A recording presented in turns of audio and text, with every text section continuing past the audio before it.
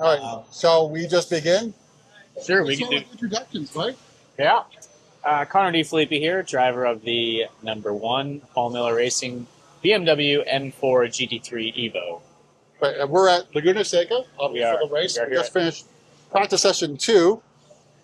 How did it go for you guys?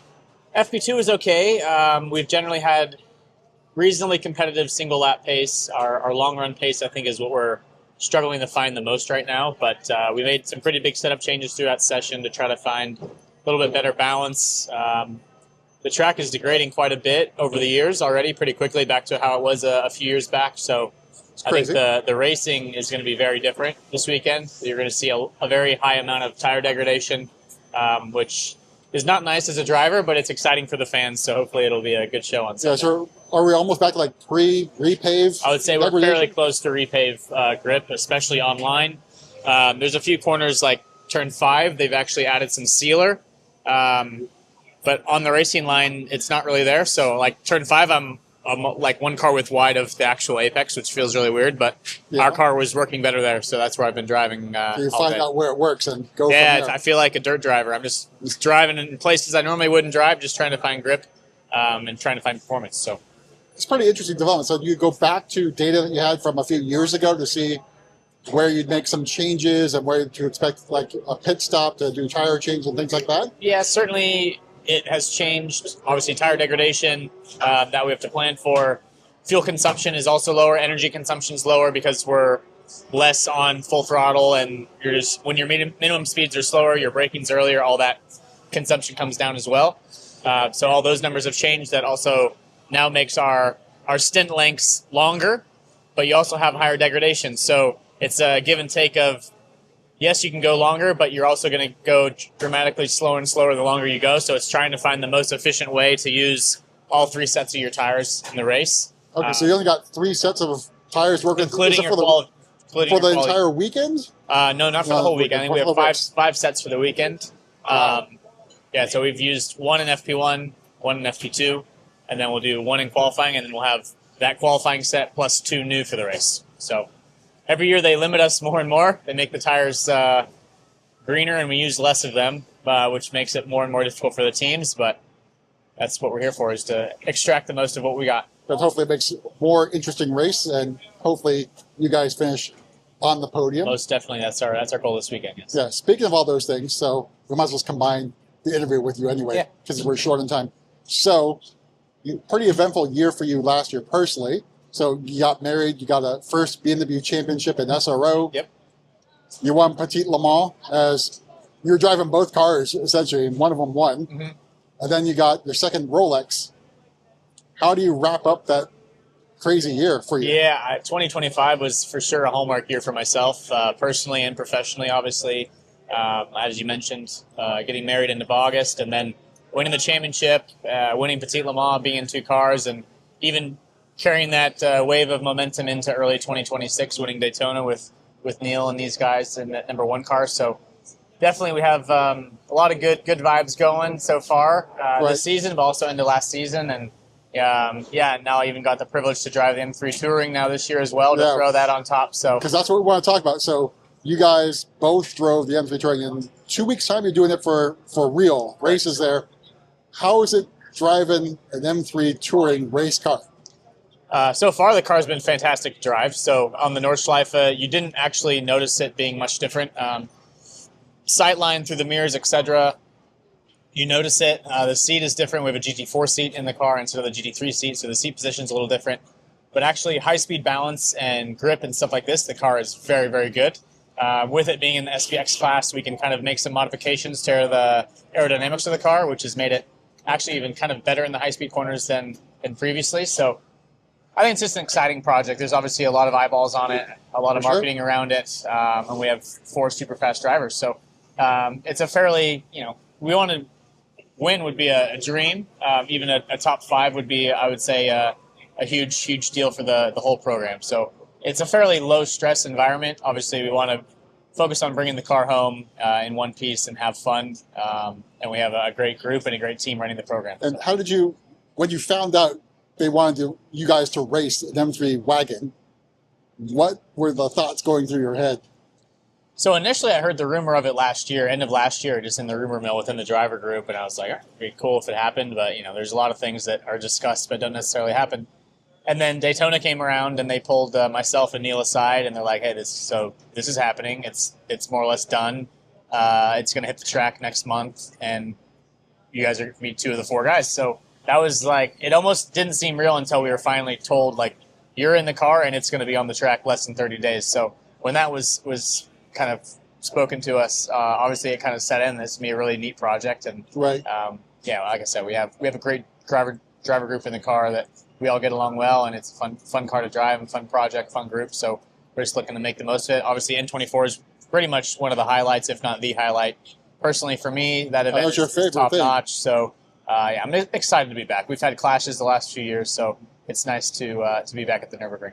And was Jens pretty quiet about what was going on? Because I'm sure he was really involved in development. Was he on the slide? He has no, not at all. Jens has been very, very open since the car hit the track. He's been very good at communicating updates and how the car has been, and what the weaknesses are, and what changes we're making to improve it. So after every test, he's sending us like 4-minute long voice messages to keep us in the loop, and he's been a great teammate in the development phase, but also making us drivers across the pond feel included, since we haven't had a ton of laps in the cars, but I felt like when we got to the track, we were pretty included, and we knew what to expect when we hopped in the driver's seat. And on the side, he's quite tall. How does he squeeze himself into that very narrow opening to get into the race car? I would say it fits in better than Neil or I, to be honest. The width is a little bit big for us, but for me, it's fine. So we have the sliding pedal box to help us short guys out, and we manage just fine. Yeah, just trying to imagine Jens trying to like squeeze into the narrow opening in the door to jump in the racing. He said it's like super easy once you're in there. Getting in and out is with it, everything being shifted forward. When you have the wheel in the position that you want, when you go to get out, it's very, very tight. So you actually have to like push the steering wheel away from you to get out to make it a little easier. Otherwise, you get a little bit stuck trying to get in and out. But overall, it's little things for the Nürburgring, because the pit stop's like 3 minutes long. So you could do about 7 driver changes and still have enough time to leave the pit lane on time. Awesome. Let's hand it over to Neil. So we got Neil Verhagen, no stranger. Oh, we got the car coming in. Perfect timing. Yep. So we'll pause here for just a second. Yep. Always talk with them. So, Paul Miller Racing, back this guy's full time. How does it feel to win Petit? Oh, you didn't win. No, I was the other car, yeah. First Rolex. Yeah, I mean, obviously super special. It's a lifelong dream for not only myself, but also my parents, and, for that all to come. And at first it really didn't seem real. The emotion of winning the race was obviously incredibly high, and then riding that adrenaline and riding that high for, the next 4 hours still at the track. It didn't really hit until I left the track and I was driving away. I was like, wow, like this actually has just happened. And, what a cool experience, not only, as I said, for myself, but also for my whole family. Obviously Paul Miller has given us an incredible package.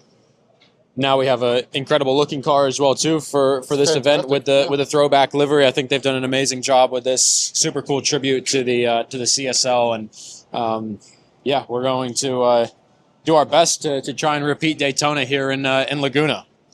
Right. So going back to Daytona, so Dan did the last stint.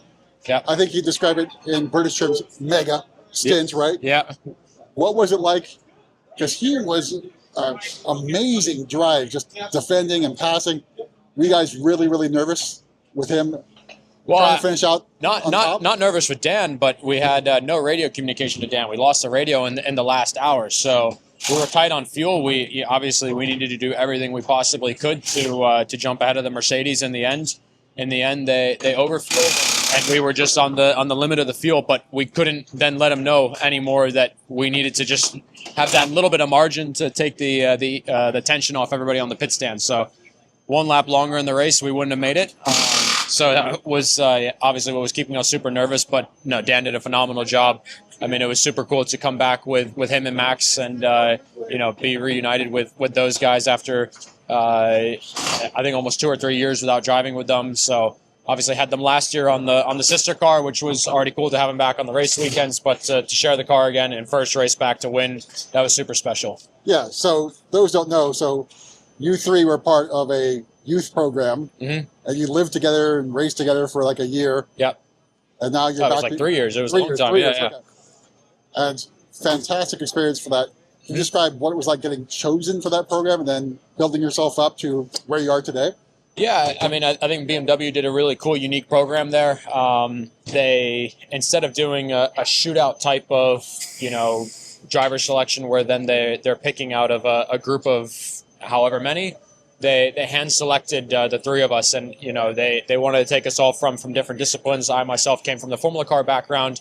Dan came from the rear wheel drive, and Max came from the front wheel drive. So, the idea of the program was to have us all learning off of each other then, with all of our different disciplines. And I mean, yeah, I think in the end, they executed an amazing job. They gave us an amazing opportunity.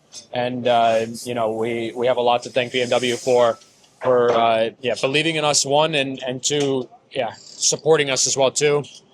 Obviously, putting us back in the car together, it worked out. So, I have nothing but high things to say of Max and Dan, and I hope to get back in the car with them again soon. Now, Dan, I can't remember if it's Dan or Max doing the endurance stints with you this year after Daytona. Max did Sebring with us, and then Dan will do Atlanta with us. So we get 1 and 1. 1 and 1. Okay, so you got one of each. Yep. All right. Anything else you want to talk about this track here? So this is your first time driving Laguna, I think, right? No, I was here last year. That's right. Last year. Sorry, my bad. Yeah, so no, second time back around, but track conditions very different from last year. We're struggling to find the same balance as we did last year, which is a little bit let's say confusing. But it seems that everybody more or less around the paddock is also struggling a little bit. It seems like people are having offs and making mistakes that last year didn't seem to be as tricky with. So we're battling through our own things right now, but we're feeling confident going into qualifying next, and going to do our best and see where we go. And who's going to be qualifying? Sorry? Who's going to be qualifying today? I will, yes. You will? Yeah. Did you guys figure out who's going to qualify for each race, or rock, paper, scissors? Yeah, we kind of have a strategy for it. But I mean, down to the end of the weekend, we do what's best for the weekend, and we try and maximize always. So there's a strategy behind it, yes. Okay, there's a reason behind those. There's reason. With everything, there's a reason behind everything. So. And starting wise, you guys have a system for that starting and finishing, or you guys switch it up? Well, because of the rule of qualifying, the qualifying driver has to start. Okay. So then obviously that would leave then Connor to finish. Okay. Hopefully keep it clean, keep the top of the pack there. Yeah, we want to keep this beautiful car looking as fresh as possible. So, obviously a fresh race car is a fast race car, and we need to have it in the best shape as possible at the end of the race to hopefully fight for more wins and podiums. Yeah, for sure. Yep. Thank you very much. Thank you so much for your time.